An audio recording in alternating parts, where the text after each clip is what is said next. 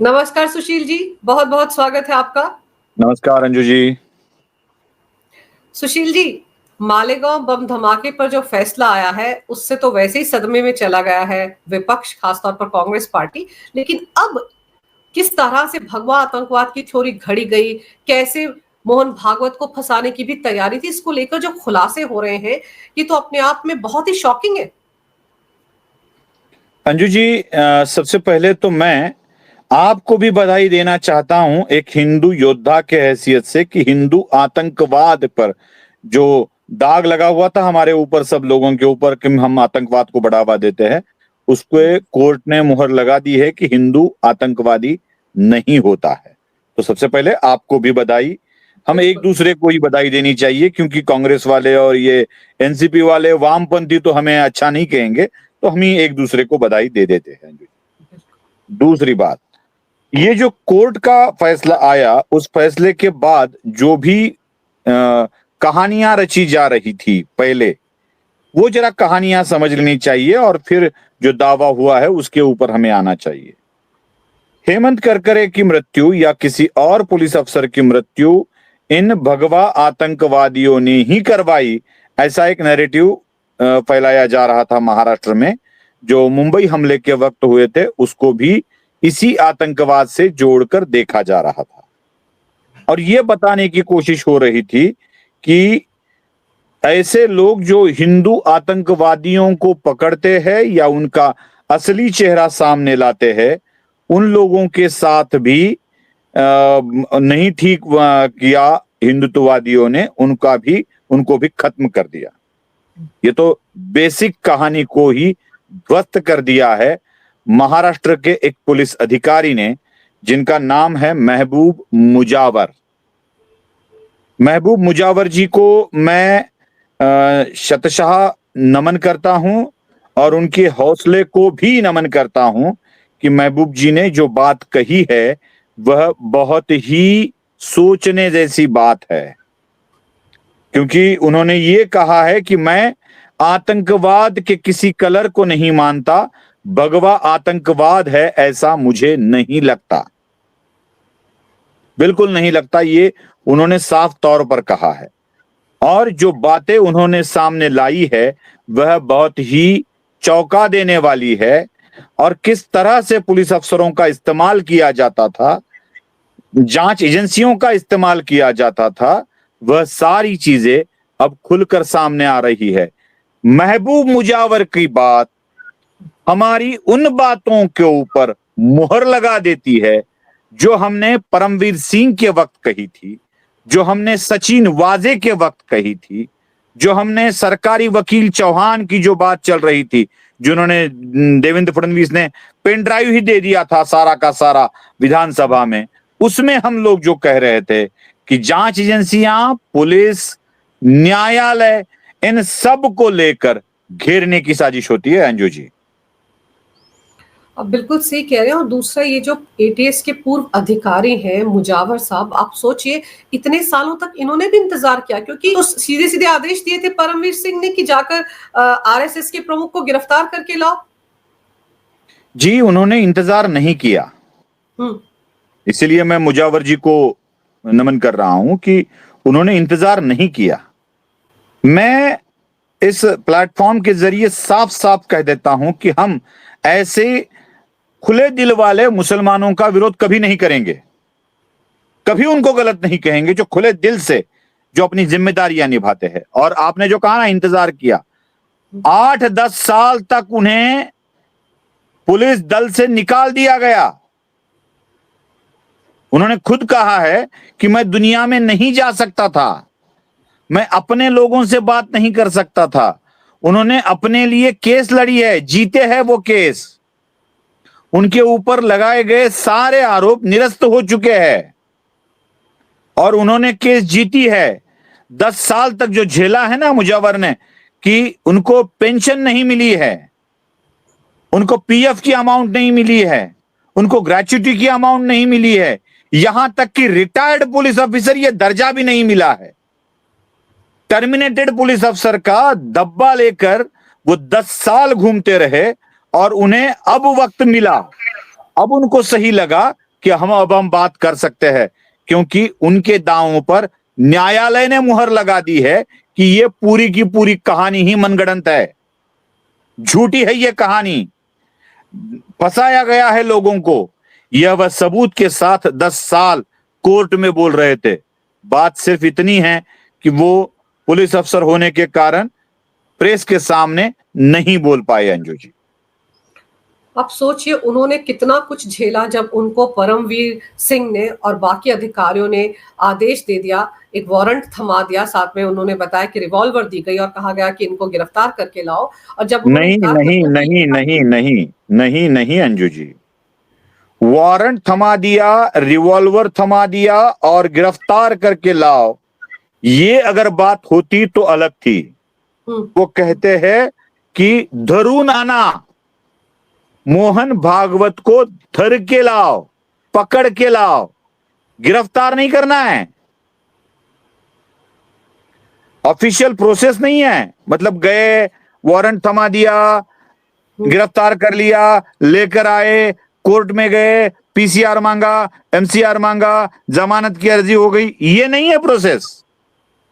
धर के लाओ, तुम मुसलमान हो ना, जाओ धर के लाओ।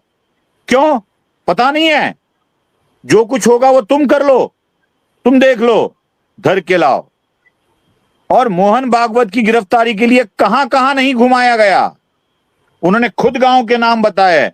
मैं इंदौर गया, नागपुर गया, अजमेर गया, भोपाल गया, गोकाक कर्नाटक में गया, बेलगांव में गया, सब जगह उनको भेजा गया और कहा कि धर के लाओ। ये धर के लाओ वाली जो चीज है ना, ये बहुत बुरी है।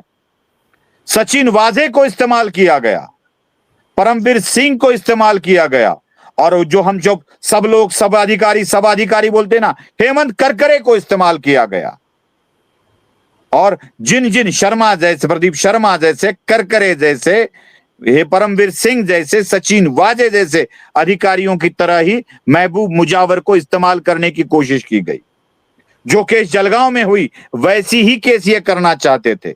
और अगर मैं आपको महबूब मुजावर द्वारा बताई गई एक कहानी बता दूं ना, उसमें कुछ लोगों के नाम हैं जिनके ऊपर चार्जशीट हुई थी। रामजी कनसंगरा, दिलीप पाटीदार, दिलीप डांगे, ये जो व्यक्ति थे, इन लोगों के ऊपर चार्जशीट कर दी गई थी। अंजू जी, जानकर आश्चर्य होगा, 4 लोगों के ऊपर जिनके ऊपर चार्जशीट फाइल करवानी थी, वो लोग चार्जशीट फाइल करने से पहले ही मर गए थे। इसका खुलासा भी मुजावर कर रहे हैं। मरे हुए व्यक्ति के ऊपर चार्जशीट फाइल करो, उन्हें जिंदा दिखाओ, घर में जाकर उनकी पंचनामा करके आओ, और ये सारा रिकॉर्ड पे ले लो कि वो जिंदा है, और उनके ऊपर चार्जशीट फाइल करो। यह प्रेशर उनको एटीएस के अधिकारी और परमवीर सिंह जैसे अधिकारी लाते थे। लानत है ऐसी अधिकारियों पर। मैं व्यवस्था पर कभी उंगली नहीं उठाता, क्योंकि व्यवस्था अपना काम करते रहती है। किसी भी तपास यंत्रणा पर हमें उंगली नहीं उठानी चाहिए, वो अपना काम करती है। लेकिन ऐसे जो अधिकारी होते हैं, जो अपने स्वार्थ के लिए, अपने आकाओं को खुश करने के लिए इस तरह की बातें करते हैं, इस तरह की चीजें करते हैं कि जाओ किसी को भी उठाकर लेके आओ। क्या किया था परमवीर ने? ऐसे ही तो किया था। क्या किया था सचिन वाजे ने? आपको याद होगा, सबसे महत्वपूर्ण केसेस सचिन वाजे के पास चले जाते थे। अर्णव गोस्वामी को गिरफ्तार करने के लिए कौन गया था? सचिन वाजे तो गया था।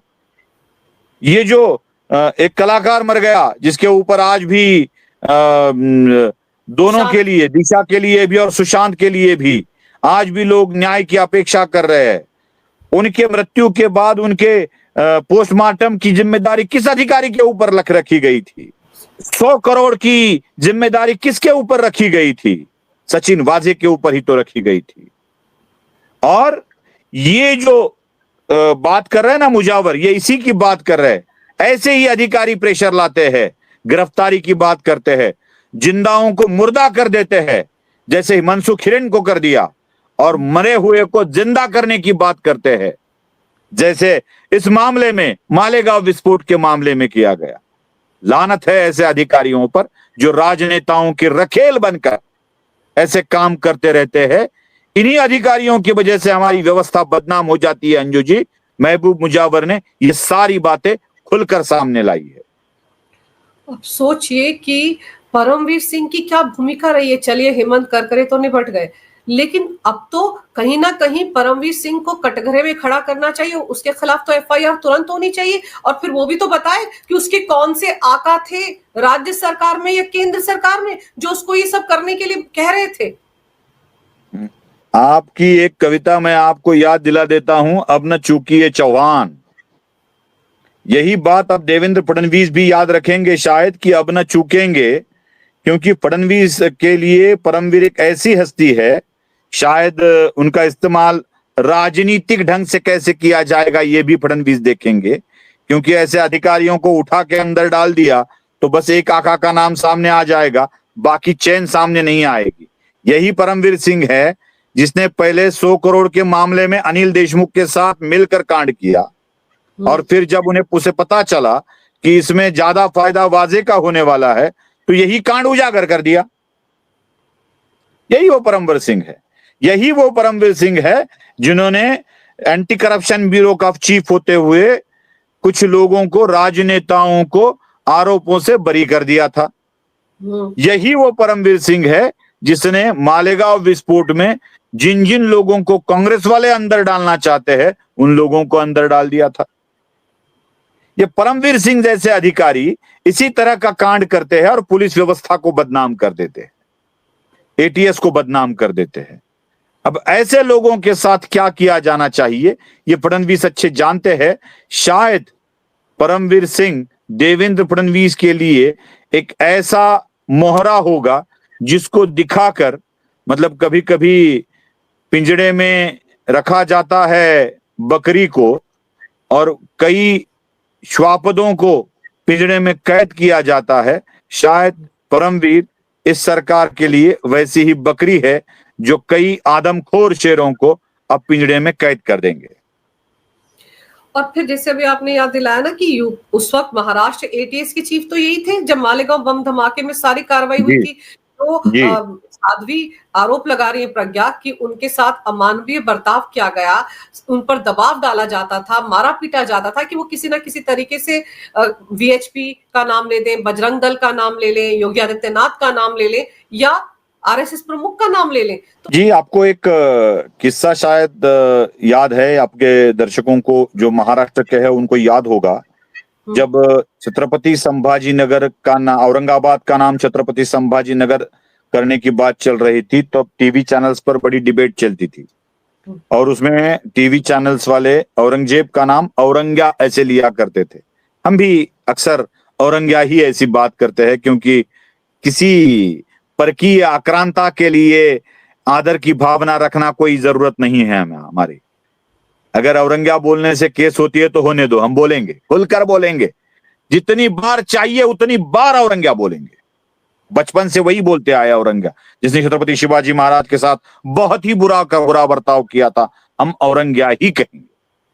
जब औरंग्या कहा गया था तब एक पुलिस अफसर ने, एक व्यक्ति ने, मैं पुलिस अफसर में बाद में बताऊंगा, एक व्यक्ति ने छत्रपति संभाजी नगर के ही क्रांति चौक पुलिस थाने में एक कंप्लेंट दी थी टीवी 9 के संपादक के खिलाफ कि औरंगजेब को औरंग्या बोलने के कारण हमारी भावनाएं आहत हुई है, वो हमारे आदरणीय हैं वगैरह वगैरह कहकर एक कंप्लेंट दी थी और टीवी के सामने बाइट भी दिए थे।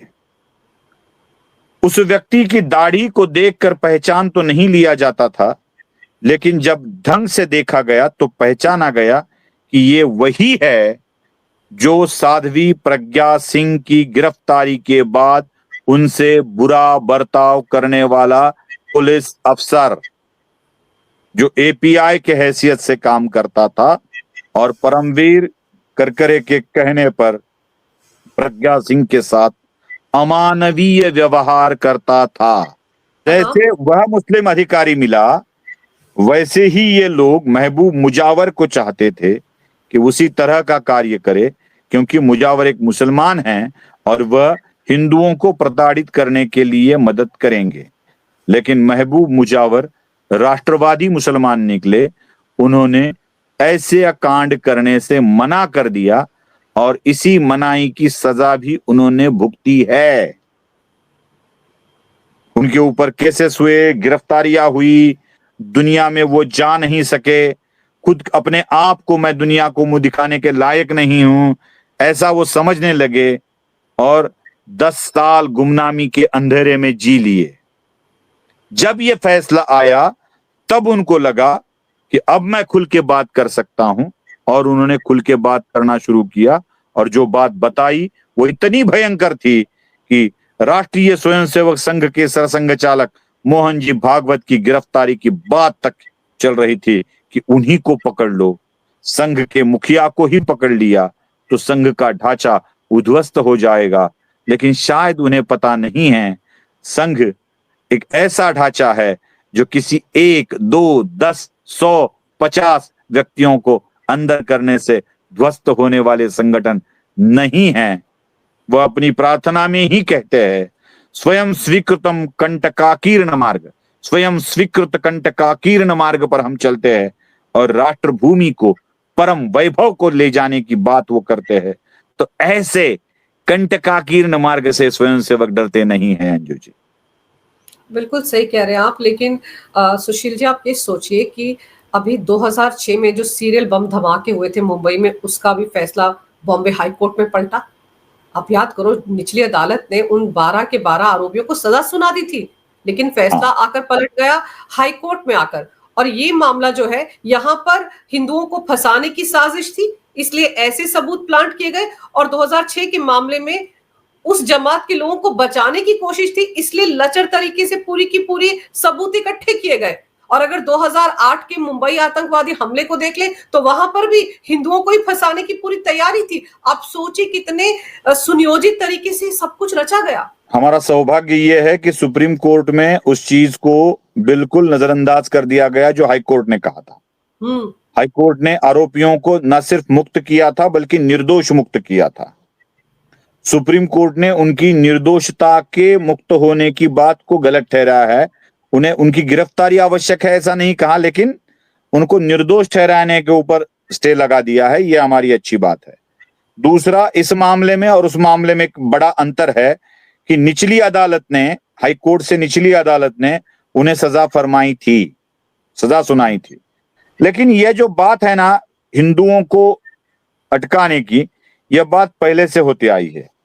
याद होगा हमारे सबके प्रिय, जिनके ऊपर हम ज्यादा बात करते हैं, शरद चंद्र जी पवार।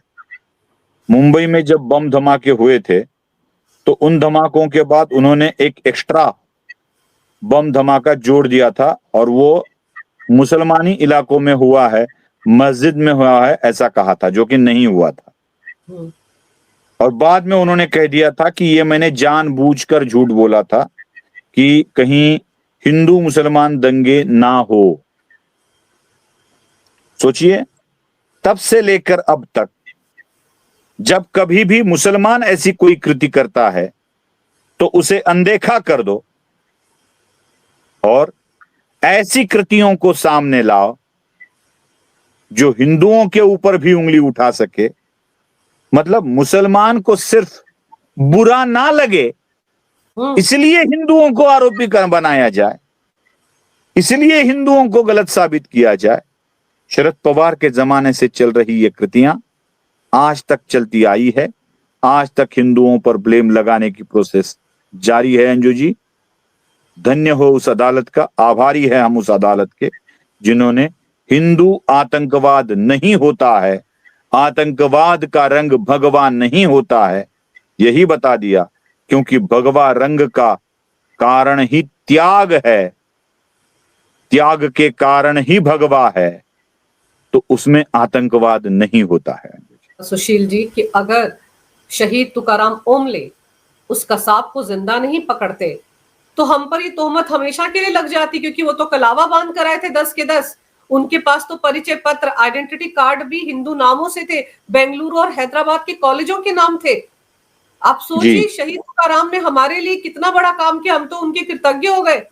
अगर वो कृतज्ञ है कि उन्होंने पकड़ लिया, जिंदा पकड़ लिया, और वो समझ में आया कि कसाब है, नहीं तो कसाई की तरह ये हिंदुओं को ही काट डालते करवाया और बता दिया कि ये मुसलमानी हमला है, ये दिखाने के लिए ही किया जाता था। यही होता आया है। हमारे आवाड़ भी यही करेंगे और रोहित भी यही कहेंगे, सुप्रिया भी यही कहेंगी, ये सारे बातें यही कहेंगे, आपके राहुल भी यही कहेंगे, प्रियंका भी यही कहेंगे। ये जो खुलासा हुआ इसके बाद तो सुशील कुमार शिंदे वो कहाँ है? वो तो गृह मंत्री हुआ करते, कैसी बयानबाजी करते थे हिंदुओं को लेकर। कश्मीर जाओ तो फटी पड़ती है, मेरी फटती थी वहां जाने के लिए, ये भी कहा है। सुशील कुमार ने भगवा आतंकवाद भी कहा है।